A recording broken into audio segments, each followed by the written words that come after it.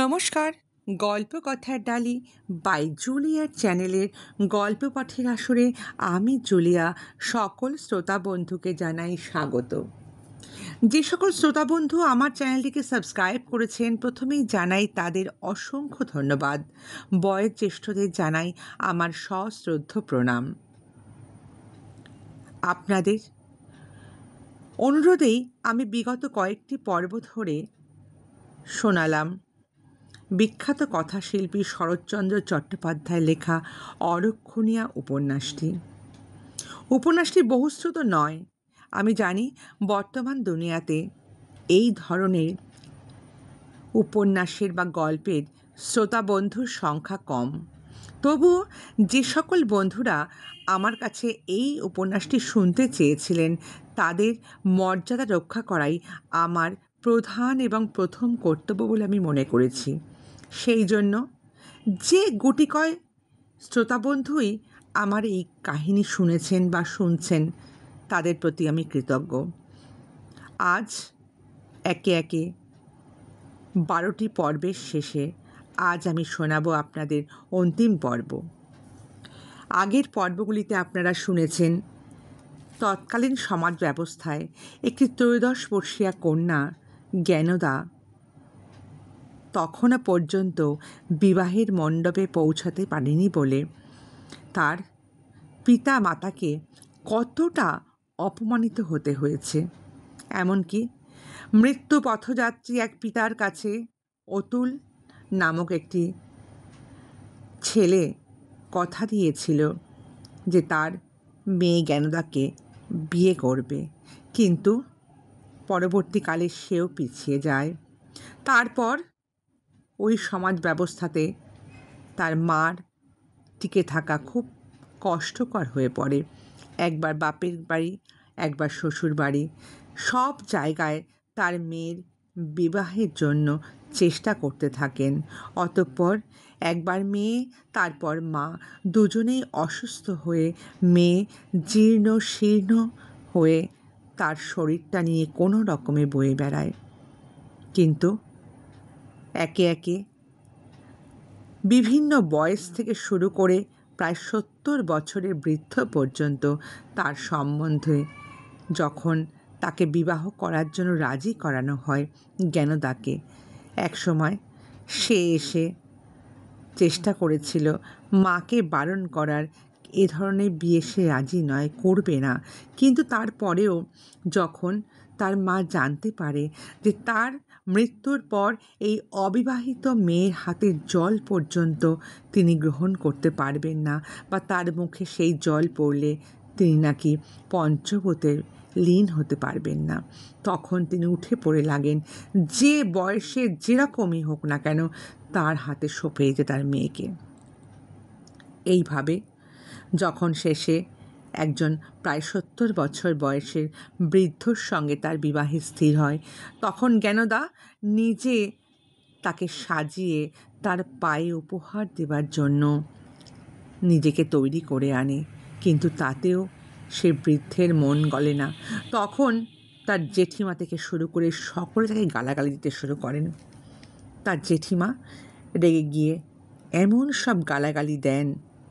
চলুন শুরু করা যাক আজ অন্তিম পর্ব। তার জেঠিমা তাকে বলে, হ্যাঁ, খানকির বেহত্য তুইলা, একটা ঘাটের মরা, তারও মন ভোলাবার জন্য এইভাবে সং সেজে এলি, কিন্তু পারলি ভোলাতে? মুখে মুখে লাথি মেরে চলে গেল, তাই না? কে একজন প্রশ্ন করিল, কে এমন ভূত সাজিয়ে দিল রে বড় বউ ওকে? বুড়োর পছন্দ হলো না বুঝি? স্বর্ণ তাহার প্রতি চাহিয়া তর্জন করিয়া কহিলেন, নিজে সেজেছে, নিজে, আবার কে সাজাবে? মা তো অজ্ঞান অচৈতন্য, বলে দিলাম শুধু একখানা কাপড় পরে আয় যা। তা পছন্দ হলো না, ভাবলেন বোধহয় সেজে গুজে এলে বুড়োর মনে ধরবে। আর আর সাজের মধ্যে তো ওই ছোপানো কাপড়খানা, আর অতুলের দেওয়া ওই দুগাছার চুড়ি, যা দিনের মধ্যে 10 বার খুলছে আর পড়ছে।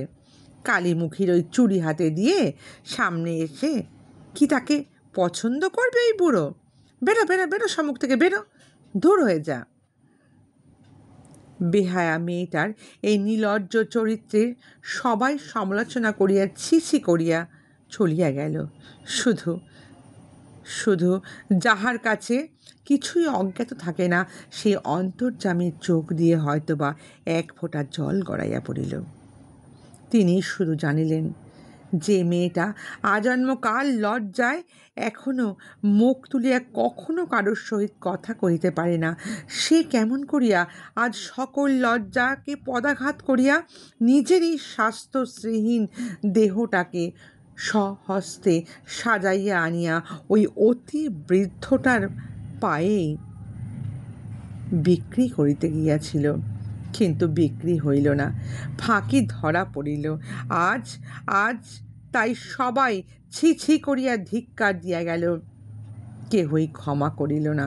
কিন্তু অন্তরে বসিয়া যিনি সর্বকালের সর্বলোকের বিচারক, তিনি হয়তো এই দুর্ভাগা বালিকার এই অপরাধে ভার নিজের হাতেই গ্রহণ করিলেন। জ্ঞানদা উঠিয়া দাঁড়াইল। কখনো সে পরের সম্মুখে কাঁদি নাই, আজ কিন্তু অতুলের সম্মুখে তাহার চোখ দিয়া জল গড়িয়ে পড়ল। অথচ একটা কথারও কৈফিয়ত দিল না, কাহারও পানে চাহিয়া দেখিল না, নীরবে চোখ মুছিতে মুছিতে চলিয়া গেল। কলিকাতা যাইবার আর গাড়ি ছিল না, তাই অতুল সন্ধ্যার সময় বাড়ি ফিরিয়া গেল। পথে সব কথা ছাপাইয়া ছোট মাসির সেই শেষ কথাটাই বারবার মনে পড়িতে লাগিল। সেদিন বাপের বাড়ি যাইবার সময় অতুলকে নিভৃতে ডাকিয়া বলিয়াছিলেন, অতুল, অতুল, হীরা ফেলে যে কাচ আঁচলে বাঁধে তার মনস্তাপে আর অবধি থাকবে না বাবা। সেদিন কথাটা ভালো করিয়া বুঝিতে পারি নাই, কিন্তু আজ তাহার যেন নিঃসংশয় মনে হইল। কথাটা তাকেই বোধহয় লক্ষ্য করিয়া বলিয়া হয়েছিল। লজ্জাহীনা বলিয়া যাকে আজ সবাই লাঞ্ছনা করিয়া বিদায় দিল, তাহারই লজ্জা শরমের সীমারেখাটা যে কোনখানে আজ, সে কথাও তাহার স্মরণ হইল। তখনও ভোর হয় নাই, অনাথ ডাকিতে আসিলেন, মেজ বউকে দাহ করিতে হইবে, চলুন যাই বলিয়া অতুল বাহির হইয়া পড়িল। গিয়া দেখিল ১.৫ বৎসর পূর্বে তুলসী মূলে পিতার পা দুটি কোলে করিয়া যেমন বসিয়াছিল, আজও তেমনি নিঃশব্দে মায়ের পা দুটি কোলে লইয়া জ্ঞানদা বসিয়া আছে। শুধু একটি বার ছাড়া জীবনে কখনো তাহাকে চঞ্চল হইতে দেখে নাই কেউ। সেই যখন সে অতুলেরই পায়ের ওপর পড়িয়া মাথা করিয়াছিল, সেই সময়। সুতরাং তাহার এই নিবিড় নীরবতা কেহ কিছুই মনে করিল না, সেদিকে কাহারও দৃষ্টিই ছিল না। সৎকারে উদ্যোগের আয়োজনে পাড়ার লোক ব্যস্ত হইয়া পড়িয়াছিল। যথাসময় তাহারা মৃতদেহ লইয়া শ্মশানে যাত্রা করিল। সকলের পিছনে জ্ঞানদা গেল। দুঃখীর মেয়ে বলিয়া পাড়ার কোনো মেয়ে তার সঙ্গে গেল না। বাবার কথাও কাহারও মনে হইল না। বর্ষায় ভরা গঙ্গা শ্মশানের ঠিক নিচে দিয়েই খরবেগে বহিতেছিল। মায়ের শেষ কাজে মেয়ে নীরবে সাঙ্গ করিল। চিতা যখন ধুধু করিয়া জ্বলিয়া উঠিল, তখন সে পুরুষের ভিড় হইতে সরিয়া নিচে নামিয়া একেবারে জলের ধারে গিয়ে বসিল। কেহই নিষেধ করিল না, কারণ নিষেধ করিবার কিছু ছিল না, বরঞ্চ এই গভীর শোকের দৃশ্যটিকে চোখের আড়াল করিতেই সে যে নামিয়া গেল, তাহা নিশ্চয় অনুভব করিয়া মুহূর্তের সমবেদনা অনেকেই আহা আহা বলিয়া নিঃশ্বাস ফেলিলেন। এই চিরদিন শান্ত পরম সহিষ্ণু মেয়েটা উৎকট কিছু যে করিয়া বসিতে পারে, সে ভয় কাহারও ছিল না, অতুলেরও না। তথাপি তাহাকে খরস্রোতের একান্ত সন্নিকটে গিয়া বসিতে দেখিয়া তাহার বুকের ভিতরটায় কেমন যেন করিয়া উঠিল। একবার ভাবিল নিষেধ করে, একবার ভাবিল কাছে গিয়ে দাঁড়ায়, কিন্তু লজ্জায় কুণ্ঠায় কোনোটাই করিতে পারিল না অতুল। অগ্নুতাপ বাঁচাইয়া সবাই যখন সেখানে দূরে গিয়া বসিয়াছিল, অতুলও গিয়া সেখানে বসিল, কিন্তু প্রজ্বলিত চিতার পানে চাহিয়া সহসা তাহার মনের মধ্যে সেই চিরদিনের পুরনো প্রশ্ন আবার নতুন করিয়া জাগিয়া উঠিল।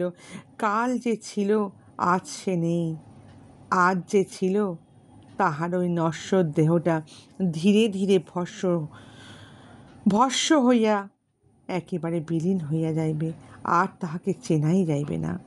অথচ ওই দেহটাকে আশ্রয় করিয়া কত আশা, কত আকাঙ্ক্ষা, কত ভয়, কত ভাবনাই না ছিল। কোথায় গেল? এক নিমেষে কোথায় অন্তর্নিহিত হইল। তবে কি তার দাম কি আছে? মরিতেই বা কতক্ষণ লাগে? সহসা তাহার নিজেরই বিগত জীবন চোখের উপর ভাসিয়া উঠিল। বছর 3 পূর্বে সেও তো মরিতে বসিয়াছিল, কিন্তু মরে নাই। অজ্ঞাত সারে তাহার চোখের দৃষ্টি চিতার পিঙ্গল ধূসর অগ্নির দিকে যেন যবনিকা ভেদ করিয়া চলিয়া গেল। মনে পড়িল যেদিন সে মরিতে দেয় নাই, সে ওই যে জাহ্নবীর ঘোলা জলে অস্পষ্ট ছায়া ফেলিয়া ছায়ামূর্তির মতো শোকে বসিয়া আছে। শুধু রুক্ষ কেশ মলিন চঞ্চল তাহার বাতাসে, তার চুল কাপড় সব দুলিতেছে। তাহার 2 চক্ষু অশ্রুপূর্ণ হইয়া উঠিল। মনে মনে বলিল, ছাই রূপ, রূপেরই যদি এত দাম, তবে 3 বছর পূর্বে রূপের হাটে সে নিজেই তো দেউলিয়া হইয়া গিয়াছিল। সেদিন পরমাত্মীয়রাও তো ঘৃণায় তাহার পানে চাহিতে পারে নাই। কেমন করিয়া যে সময় কাটিয়াছিল তাহার জ্ঞান ছিল না। কখন যে চিতা নিভিয়া গেল তাহাও সে দেখে নাই। সর্বক্ষণ তাহার সমস্ত দৃষ্টি শুধু ওই নিশ্চল মূর্তিটির প্রতি যেন নিবদ্ধ হইয়াছিল। অনাথ কহিলেন, আর বসে কেন বাবা, চলো শেষ কাজটা শেষ করে দিই। হ্যাঁ হ্যাঁ, চলুন চলুন বলিয়া অতুল অপরাহ্ন বেলায় স্বপ্ন ভাঙিয়া উঠিয়া দাঁড়াইল। তখন সূর্য ঢলিয়া পড়িয়াছিল। সেই ম্লান আলোকে দীপমান ঘাটের উপর নিপতিত 2 গাছি ভাঙা চুরির ওপর দৃষ্টি পড়ায় সে স্তব্ধ হইয়া গেল। এই সেই তাহারই দেওয়া অতি তুচ্ছ মহামূল্য অলঙ্কার, শত লাঞ্ছনা সহস্র ধিক্কারে যে 2 গাছির মায়া জ্ঞানদা কাটাইতে পারে নাই, আজ নিজের হাতে ভাঙিয়া ফেলিয়া তাহার কৈফিয়ত দিয়াছে। অতুল দ্রুতপথে অগ্রসর হইয়া আসিয়া সেই 2 গাছি সস্নেহে সযত্নে কুড়াইয়া লইল। অখণ্ড অবস্থায় যাহার কোনো মর্যাদাই সে দেয় নাই, আজ তাহা ভগ্ন তুচ্ছ কাঁচ দণ্ড হইয়াও তাহার কাছে একেবারে অমূল্য হইয়া গেল। পিছনে পদধ্বনি শুনিয়া জ্ঞানদা মুখ ফিরিয়া চাহিল। সে চাহনি অতুল সহ্য করিতে পারিল না। বোধ করি বা একবার সে যেন তাহার হাত ধরিতেও গেল, কিন্তু আত্মসংবরণ করিয়া বলিল, ভুল সকলেরই হয় জ্ঞানদা, কিন্তু বলিয়াই সে হাতের মুঠোটা মেলিয়া ধরিতেই সহান্যে সস্নেহে আবার যেন তার মনটা গলিয়া গেল। তারপর সায়নের আরক্ত আভায় আর একবার সেই কাঁচ খণ্ডগুলো ঝকঝক করিয়া উঠিল। কহিল, আজ যাকে তুমি ভেঙে ফেলে দিয়ে এলে, আমি তাকেই আবার শ্মশান থেকে কুড়িয়ে নিয়ে এলাম। কথাটা জ্ঞানদা বুঝিতে পারিল না, তাই সে তাহার নিবিড় শোকাচ্ছন্ন উদাস দৃষ্টি অতুলের মুখের প্রতি তুলিয়া আজ অনেক দিনের পরে আবার কথা কহিল। মৃদু কণ্ঠে জিজ্ঞাসা করিল, কেন?